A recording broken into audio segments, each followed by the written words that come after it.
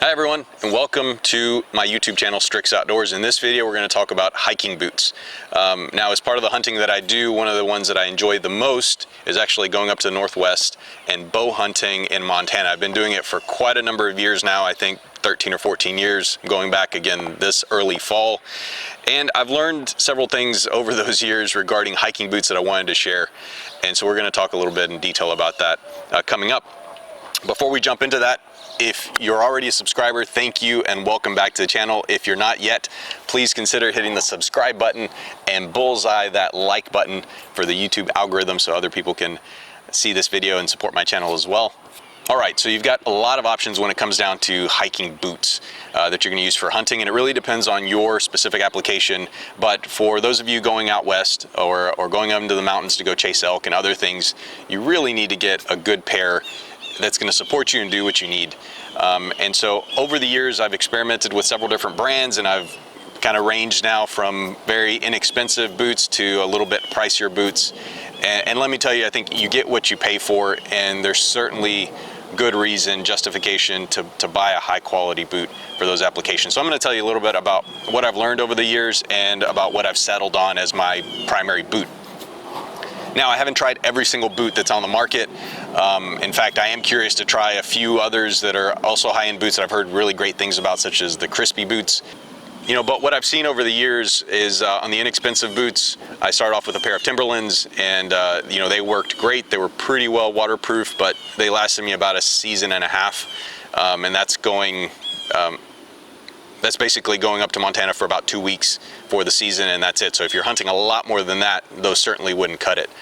Now, your choice in shoes, a lot of it comes down to what fits you best, as well as the quality and the features that the boots have themselves. So this may not work for everyone. It really depends on your foot. But if you can fit into these and these are comfortable, I definitely recommend them. So as I mentioned, what I've come to use over the years now and rely on are the Salomon GTX. I think these are the 4D boots. And man, I really love them. They fit me great. They've held up really well. I've got two pairs here. So I do recommend, if you're going up into the mountains, especially if you're going into a remote area, to take a backup pair of boots. Despite the quality of the boots and how well they're waterproofed and everything else, there's always situations where you can get them soaking wet, and there's nothing more miserable than strapping on a pair of frozen wet boots in the morning to try to start off your day. One, it's dangerous and also very uncomfortable, so I do recommend having a second pair.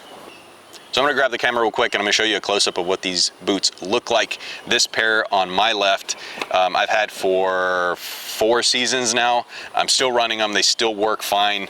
This pair, I think, has only gone through 1 season up in Montana, and obviously is still looking good otherwise, other than just being a little dirty. Alright guys, so this is the first pair of Salomon GTXs that I purchased, and just wanted to show you a little bit of a close-up and see in what condition they are. Now these, like I said, I've made it through I think 4 trips up to Montana.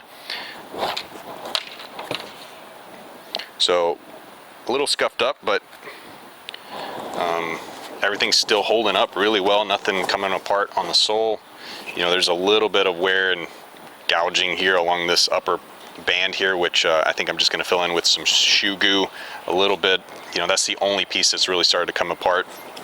They're still waterproof. I do need to clean these and retreat them to continue making them waterproof, and that's something with any boot that you buy, you need to also take care of them and maintain them to keep the full waterproof functionality. You can see the soles are pretty aggressive tread, I think.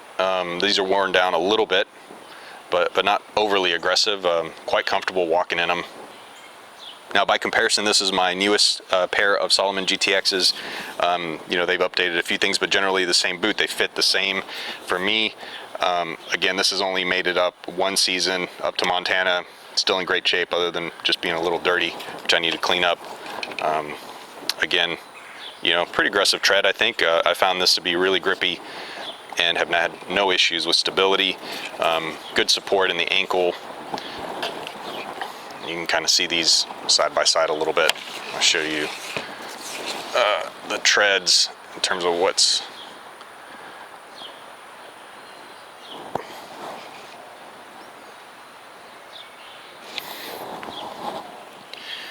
So again, I'm not saying this is the absolute best hiking boot for the mountains, but it's certainly a very high quality one, and one that's worked really well for me.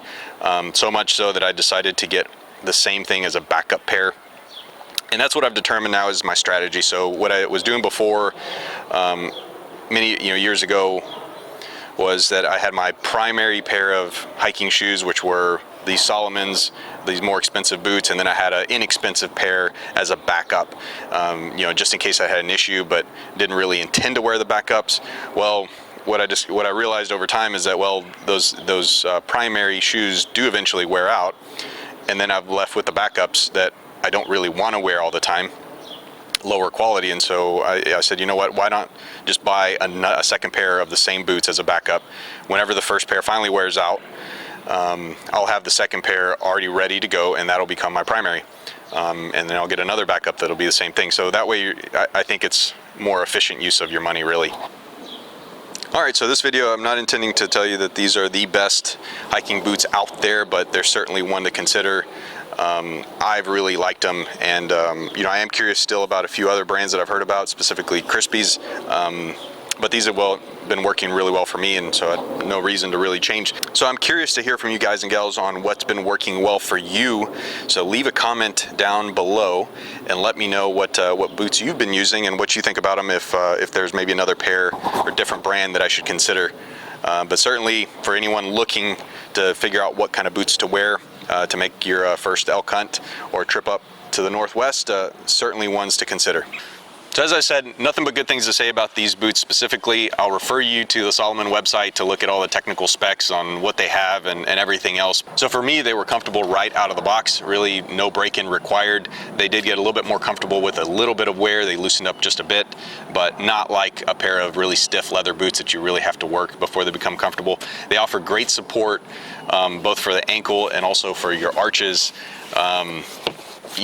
Fantastic boot. Again, I really can't complain. I'm not packing really heavy stuff all the time. I'm doing a lot of walking, spot and stalk hunting. Again, early season, so these don't have any insulation, which is what I prefer, because it does get quite warm in September. But really nothing bad to say about them. I absolutely love them. I think they're well worth the price. These do run about somewhere around $250, I think, normal price.